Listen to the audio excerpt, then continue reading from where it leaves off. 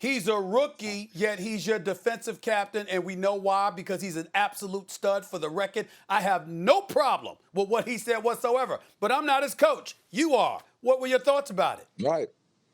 Well, my thoughts on the issue is, oh boy.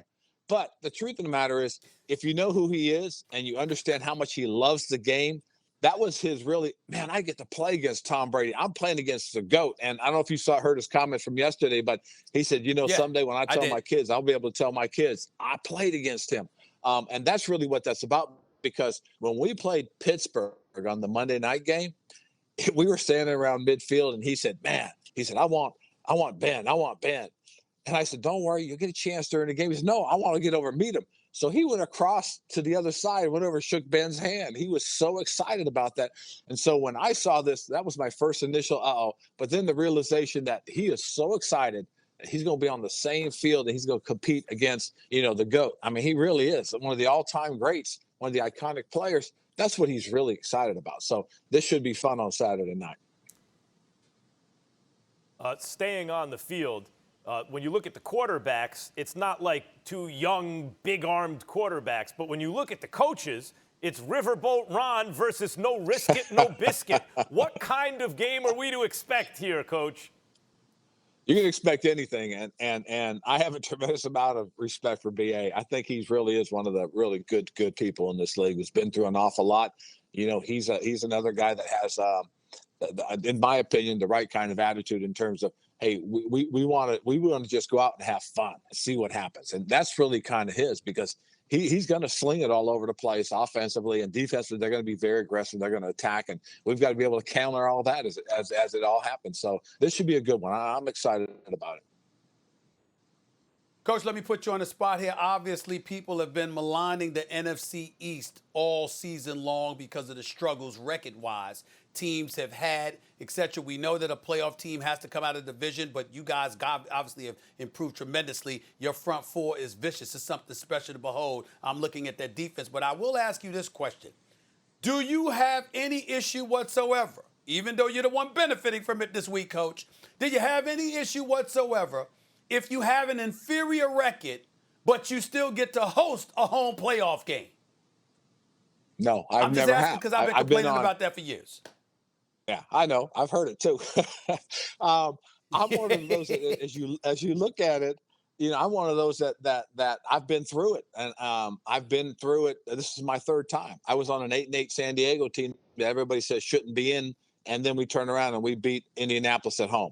Then I was on a 7-8-1 team, and we turned around and we beat an Arizona team at home. And each time we advanced, and each time we scared the heck out of the next team we played. So again, somebody has to come out of the division, and it's about winning the division first and foremost. It's also about just getting into the tournament. You know what I'm saying? Because if you look at it, in the NBA, they have teams that get into their playoffs with losing records or 500 records. But that's just the way it goes. And so from that point on, it's about what happens when you play the game.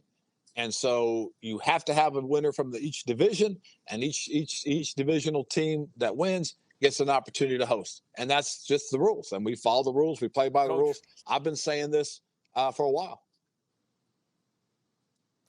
Coach, we heard another divisional rival head coach, Joe Judge, whose team was, affected by the fallout of your game against the Eagles.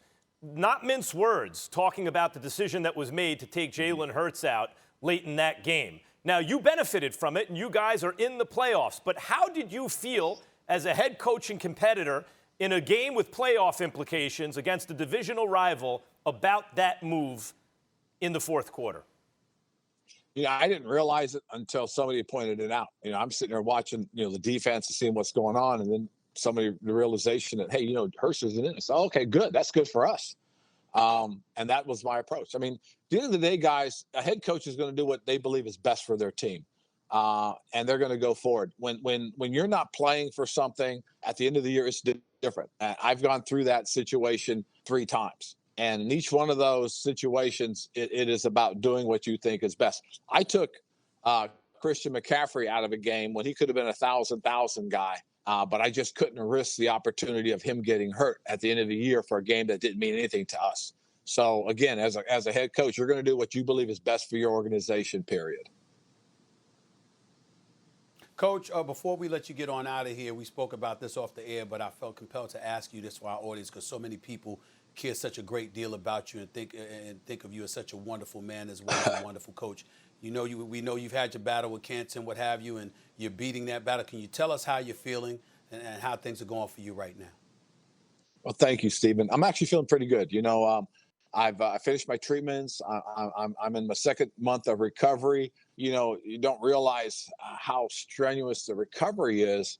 After you've gone through something like that, and I'm just learning. I'm really, like my voice is I still struggle with my voice. My throat's still inflamed a little bit. My vocal cords are still agitated. But it's healing, and that's the huge plus right now is that I'm healing. I'm getting better. The doctors are positive about things so far. I have my big PET scan coming up at the end of this month, so a lot of things are pointing in the right direction for me. Thanks for watching ESPN on YouTube. For live streaming, sports, and premium content, subscribe to ESPN Plus.